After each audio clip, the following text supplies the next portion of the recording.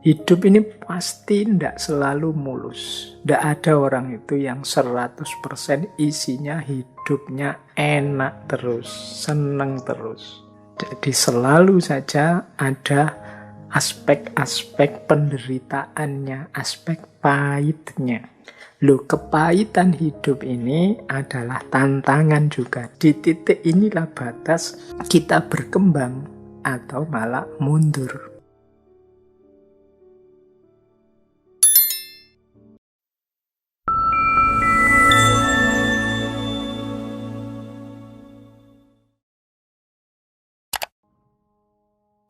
Assalamualaikum warahmatullahi wabarakatuh.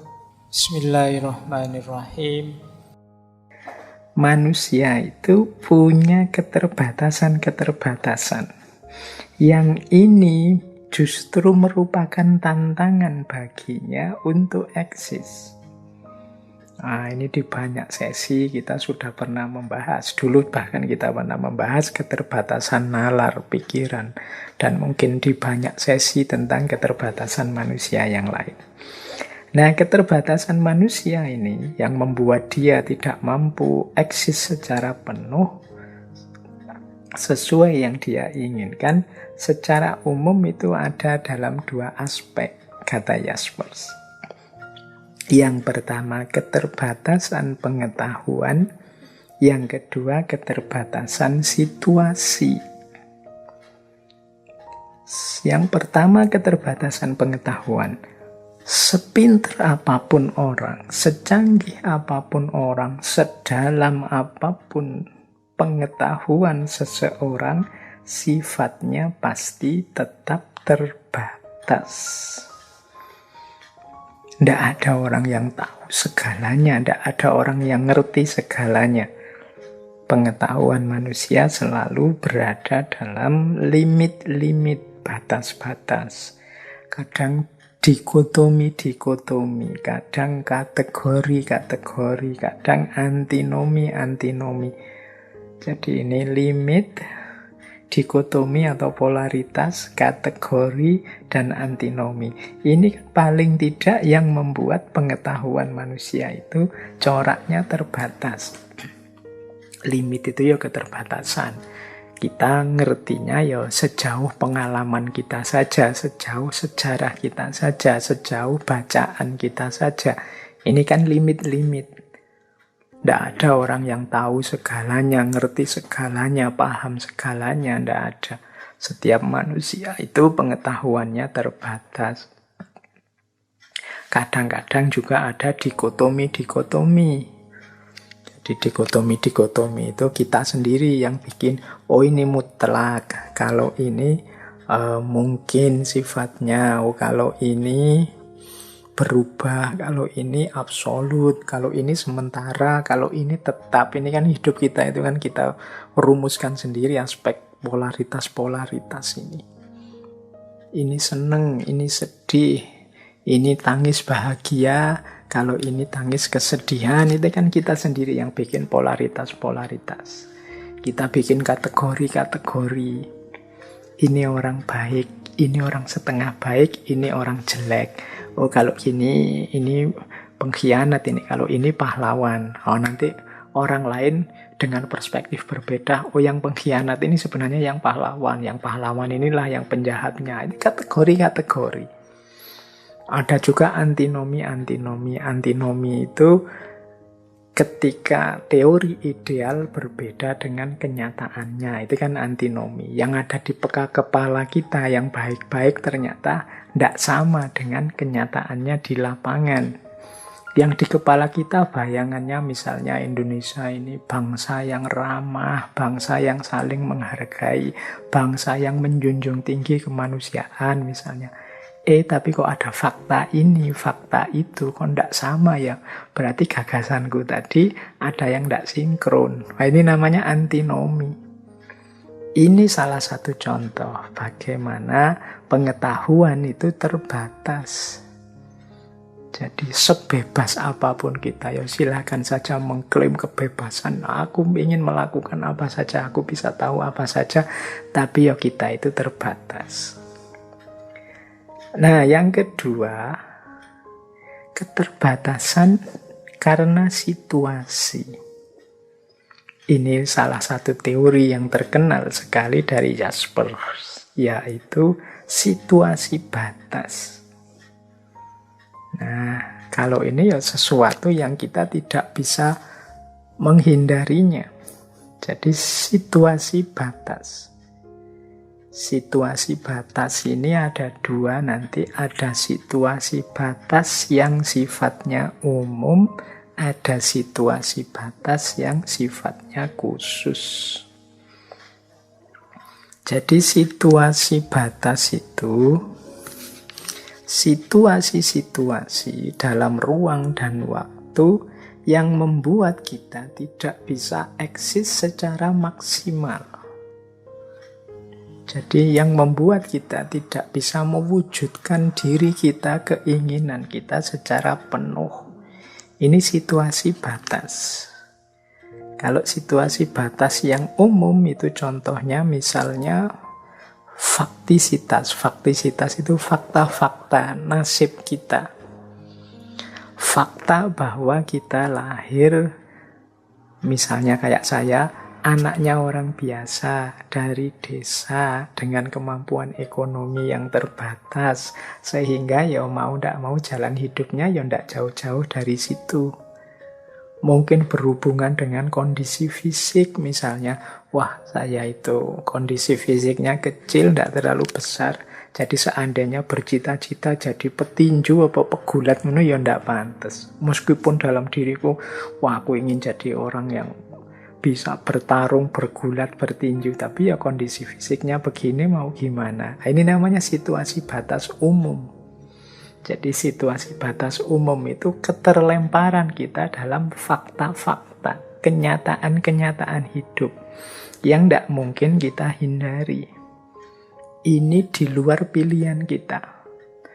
Wah kok saya lahirnya zaman ini ya, mau coba zaman tahun sekian yang Gemah Ripah Loh Jinawi bukan misalnya.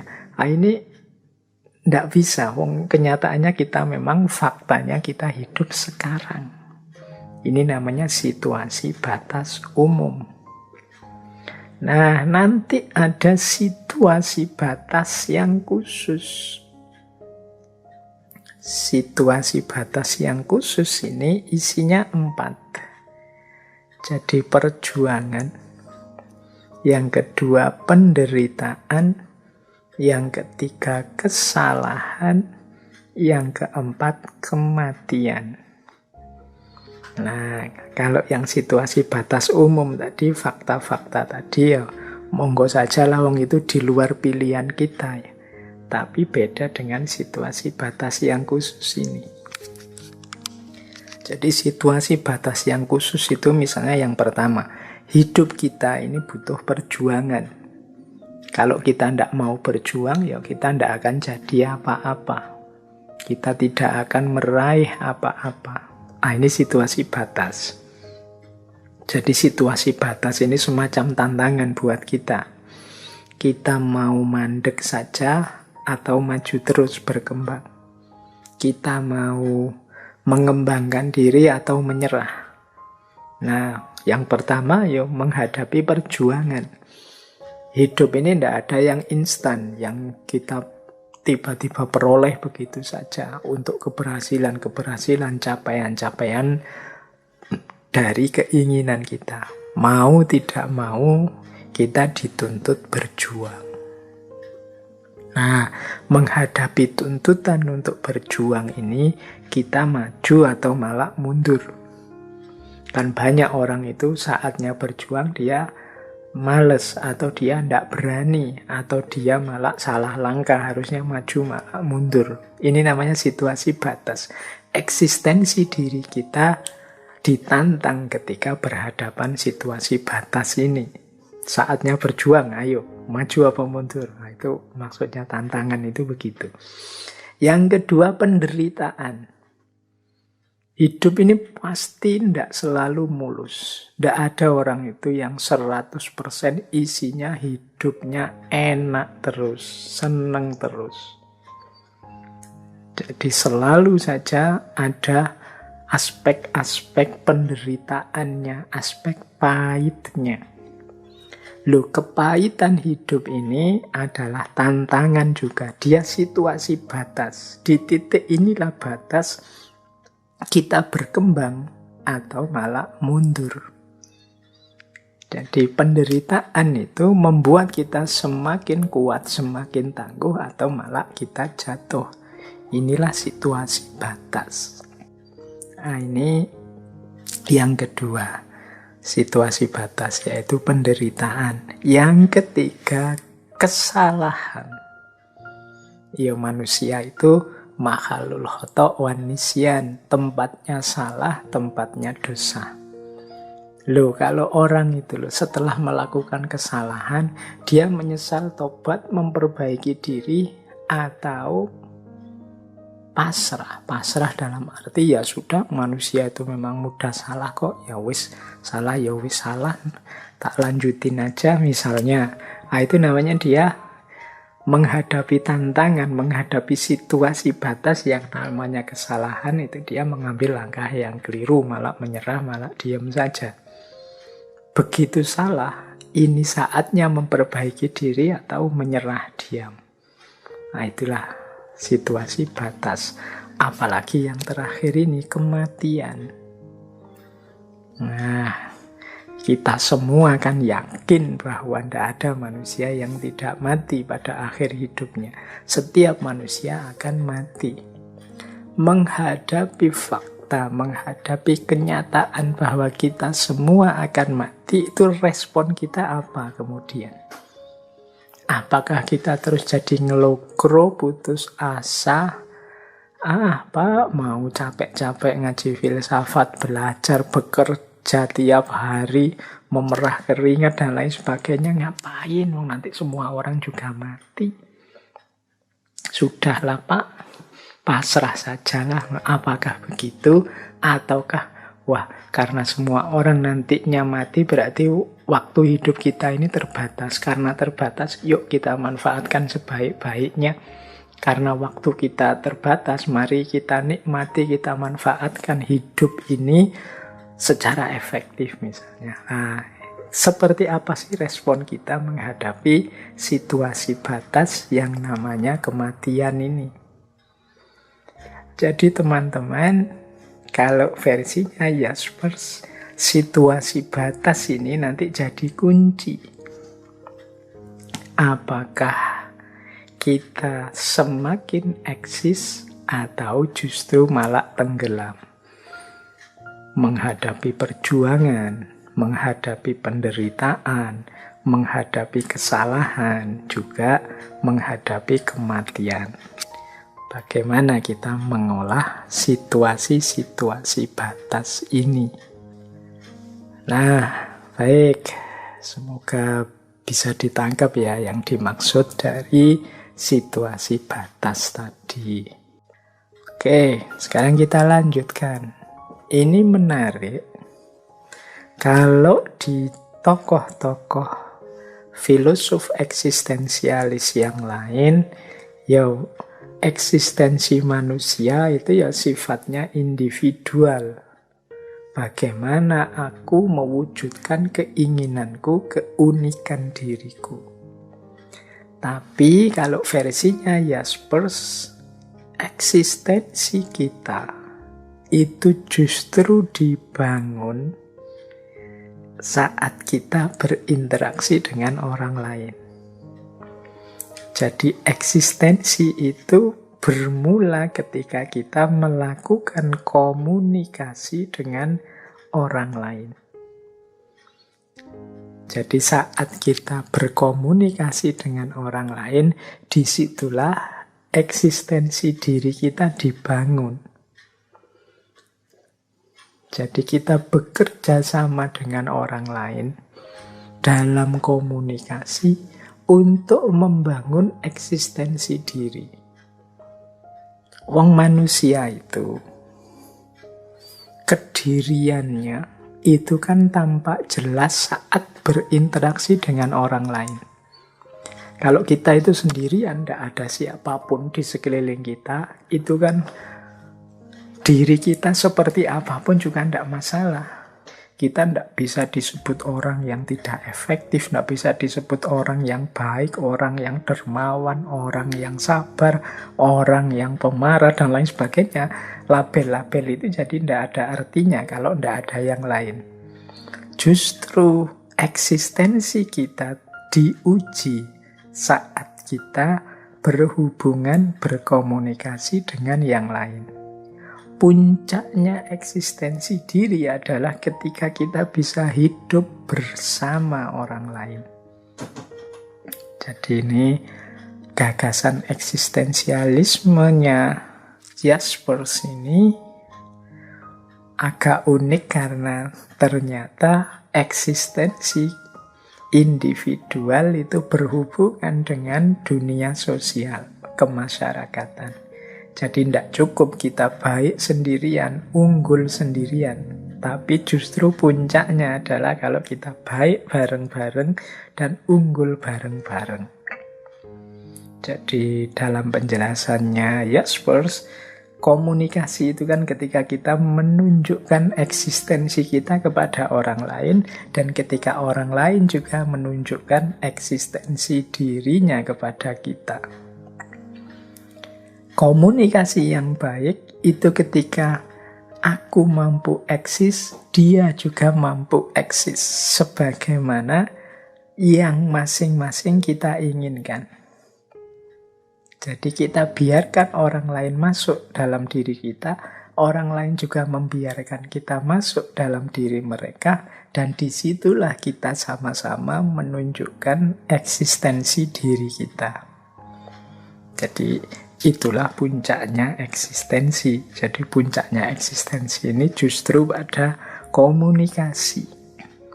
Nanti dalam penjelasan selanjutnya oleh Jaspers, puncaknya itu dalam jenis komunikasi yang namanya cinta. Wah, kalau sudah sampai kata-kata cinta ini, penjelasannya bisa panjang ya. Dulu pernah kita itu kalau tidak salah 1 bulan membahas tentang cinta yang eksistensialis. Tapi belum gagasannya Jaspers. Tapi seingat saya cinta eksistensialisnya Sartre, eksistensialisnya Arthur Schopenhauer dan kawan-kawan. Nah, kalau di Jaspers ternyata juga begitu. Puncaknya komunikasi itu cinta. Berarti puncaknya eksistensi itu ada pada cinta. Wah, ternyata ngomong panjang lebar kemana-mana, ujungnya malah ketemunya pada cinta. Jadi manusia itu harus eksis. Untuk bisa eksis, dia harus siap melakukan leap of faith. Dia harus menghidupkan gaya hidup yang bebas, melepaskan diri dari keterikatan apapun, dan juga siap berinteraksi, berkomunikasi dengan yang lain, sambil menyadari situasi-situasi batas. Nah, jadi ternyata puncaknya eksistensi ada pada komunikasi, dan puncaknya komunikasi ada pada cinta. Mungkin lain waktu kita bisa menjelaskan lebih panjang lebar tentang seperti apa sih cinta menurut seorang Karl Jaspers. Jaspers ini ya orang yang setia pada istrinya. Bahkan dia tadi seperti saya ceritakan, dia mengalami persekusi oleh Nazi karena istrinya dianggap berdarah Yahudi. Baik, kita masih ada waktu kurang lebih 15 menitan. Kita masuk ke beberapa gagasan yang lain ya teman-teman, biar enggak jenuh. Nah, sebenarnya ya Jaspers ini nulis banyak isu. Meskipun malam hari ini kita hanya mengangkat isu tentang eksistensi saja. Itu pun ya rasanya agak berat dibandingkan mungkin kalau teman-teman kemarin ngaji yang tasawuf-tasawuf.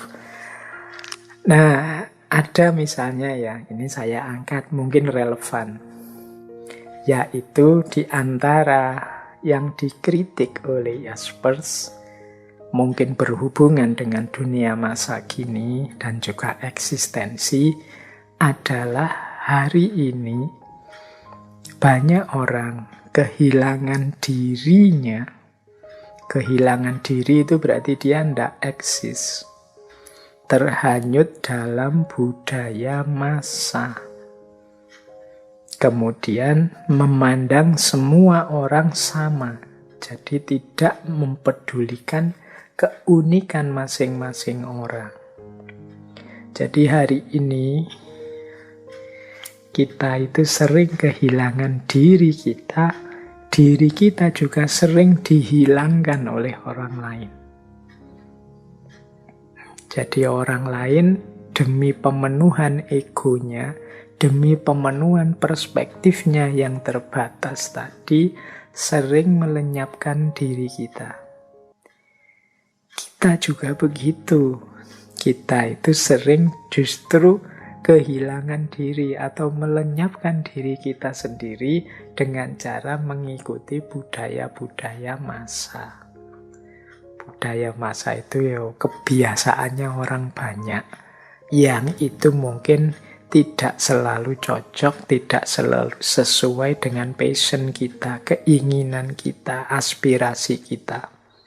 Tapi kita ikuti saja budayanya orang banyak itu, mungkin karena khawatir kita tidak populer, mungkin karena khawatir kita dianggap bangkang, mungkin karena khawatir kita dianggap tidak normal, dan lain sebagainya.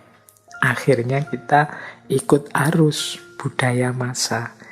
Ikut arus saja, inilah yang disebut kehilangan jati diri.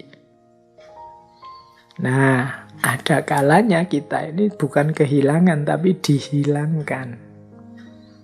Kita tidak dianggap keberadaan kita, atau memang sengaja disingkirkan oleh orang-orang dengan kepentingan-kepentingan egois mereka sendiri-sendiri. Jadi disinilah sebenarnya pentingnya setiap orang untuk eksis plus berkomunikasi. Apalagi sampai komunikasi level puncak yang namanya cinta tadi. Kalau kita mencintai yang lain, maka kita dan yang lain itu bersama-sama, bekerja sama, mewujudkan diri dan visi hidup kita masing-masing. Jadi kita eksis dan yang kita cintai juga eksis. Kita ada, mereka juga ada. Jadi bukan hubungan yang saling meniadakan. Bukan hubungan yang bahkan meniadakan diriku sendiri atau diri kita masing-masing. Tapi hubungan yang saling mewujudkan keberadaan kita. Nah, masa kini itu sebenarnya ya masa zamannya Jaspers, era-era modern dengan boomingnya sains dan teknologi di abad 19-20. Yang itu kata Jaspers, manusia mengalami dehumanisasi, manusia mengalami depersonalisasi. Manusia itu sering tidak dianggap di era teknologi ini. Manusia hanya dipandang sebagai sekrup kecil dalam mesin teknologi yang besar. Jadi kemanusiaan tidak dianggap penting. Nah, ini problem masa kini dalam pandangannya Jasper. Ini PR sebenarnya untuk kita semua. Iya ndak sih kita begitu? Bener ndak sih situasinya semacam itu?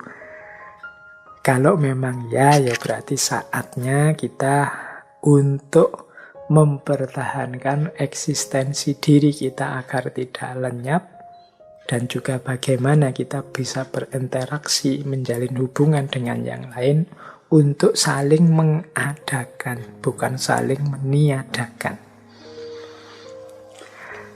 Baik, saya kira itu materi-materi pokoknya saat kita membahas tentang eksistensi. Masih ada waktu sekitar 10 menit. Ini ada beberapa quote. Ini untuk pendinginan. Kayak orang senam itu ya, diakhiri dengan aktivitas-aktivitas pendinginan. Kita akhiri sesi kita ini dengan beberapa quote. Semoga tidak terlalu berat. Nanti kalau quotes-nya berat, kita mikirnya tambah berat lagi, tidak jadi pendinginan. Tapi semoga inspiring, menginspirasi. Quotes itu kan kunci utamanya bukan pada isinya, tapi bagaimana menggerakkan kita, menginspirasi kita. Jadi ada kalimat dari Jaspers seperti ini dalam bukunya. Kata dia begini, manusia itu selalu lebih dari apa yang ia tahu tentang dirinya. Ia bukanlah seperti apa dirinya di satu ketika dan untuk selamanya, namun merupakan satu proses. Jadi dua kalimat yang pertama ini tentu saja maksudnya adalah kita ini penuh potensi dan kemungkinan. Kita bisa jadi apa saja yang kita inginkan. Kita bisa jadi apa saja yang ingin kita wujudkan. Jadi itulah makna dari manusia itu selalu lebih dari yang ia tahu tentang dirinya. Mungkin kita menganggap, Pak, saya itu siapa sih, Pak? Saya itu ya hanya orang biasa, kemampuan saya hanya ini dan lain sebagainya. Tapi percayalah, kalau menurut Jasper ini, kita itu selalu lebih dari apa yang kita tahu tentang diri kita saat ini. Sebenarnya masih banyak potensi-potensi besar yang tersimpan dalam diri kita. Kemudian kalimat kedua maksudnya adalah kita itu bukan seperti yang kita pahami di satu titik, kemudian kita pahami untuk semua titik hidup kita. Karena hidup kita ini satu proses. Ini yang seperti sudah dijelaskan tadi ya, bahwa aku yang kemarin pastinya berbeda dengan aku yang sekarang. Karena dari kemarin sampai sekarang itu pasti ada peristiwa-peristiwa, pasti ada momen-momen yang sedikit banyak mempengaruhi hidup, persepsiku tentang hidup dan kehidupan. Nah, kalimat selanjutnya, ia tidak sekedar hidup, namun dalam kehidupannya mendapat anugerah beragam kemungkinan melalui kebebasan yang dimilikinya untuk membuat hidupnya sebagaimana ia inginkan dengan segala aktivitas yang ia putuskan sendiri. Jadi manusia itu hidup, tapi jangan sekedar hidup eman-eman. Eman-emannya di mana kita itu banyak potensi, banyak kemungkinan-kemungkinan yang bisa kita wujudkan. Dan kita punya kebebasan untuk mewujudkan apapun cita-cita, apapun keinginan kita. Maka ayo hidup yang tidak sekedar hidup. Ya kalau sekedar hidup, ya hewan-hewan, tumbuhan itu sekedar hidup. Tapi kita manusia kan tidak begitu. Ya kalau hewan, tumbuhan sama sekali tidak bisa kita salahkan karena mereka hidupnya paketan. Sudah paket jadi seperti itu. Kalau manusia kan tidak. Manusia itu di balik dirinya ada berjuta kemungkinan yang bisa dia wujudkan. Disinilah pentingnya kita eksis, menghidupkan cita-cita, visi hidup, dan keinginan kita. Nah, ada lagi satu kalimat yang menarik dari Jaspers ini. Jadi di Salah satu tulisan beliau terakhir-terakhir, beliau punya kalimat begini. Ini agak unik, beliau semacam eh, menyangkal gagasan awal tentang eksistensinya, meskipun maksudnya tidak begitu. Kata beliau begini, kira-kira 20 tahun yang lalu saya berbicara tentang philosophy of existence. Sekarang saya lebih suka menyebut filsafat saya adalah philosophy of reason. Sebab sekarang agaknya mendesak sekali untuk meletakkan titik berat pada ciri asal filsafat ini. Karena sekali penalaran lenyap, maka lenyap pula segalanya. Jadi satu ketika beliau menyatakan, yaitu 20 tahun yang lalu itu saya ngomong tentang eksistensi yang kita bahas malam hari ini ya, philosophy of existence.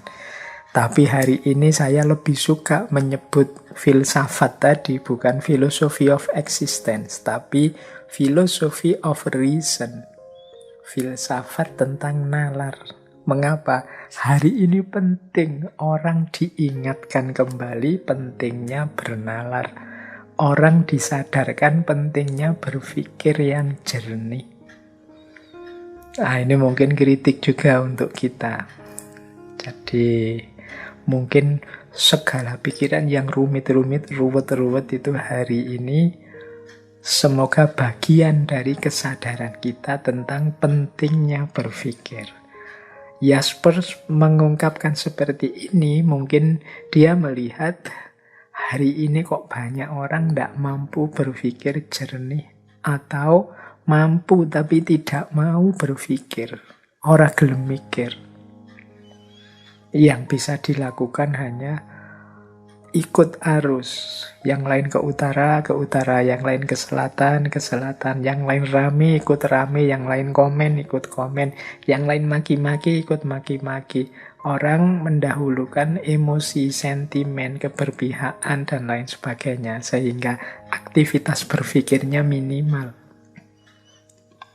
Jadi terus Jasper bilang, kalau gitu namanya gantilah, jangan philosophy of existence, tapi philosophy of reason. Ini memang ciri asalnya filsafat. Maka kata beliau mendesak sekali untuk meletakkan titik berat pada asal ciri filsafat ini. Karena sekali orang tidak mau berpikir, ya sudah selesai semuanya. Once reason get lost, everything is lost. Jadi mikir itu kunci, mikir itu penting. Zaman dulu orang bisa berakrobat pikiran macam-macam karena memang peradabannya sangat memuliakan, mengagungkan nalar pikiran. Nah, hari ini mungkin banyak orang sudah tidak mau berpikir lagi, kehilangan nalar. Sehingga kata beliau, I should prefer to call my philosophy of reason. Aku lebih suka menyebut filsafatku ini. Meskipun namanya dulunya eksistensialisme, tapi sekarang mungkin lebih cocok ya philosophy of reason saja. Filsafat tentang nalar, tentang berpikir saja. Karena ini penting sekali hari ini.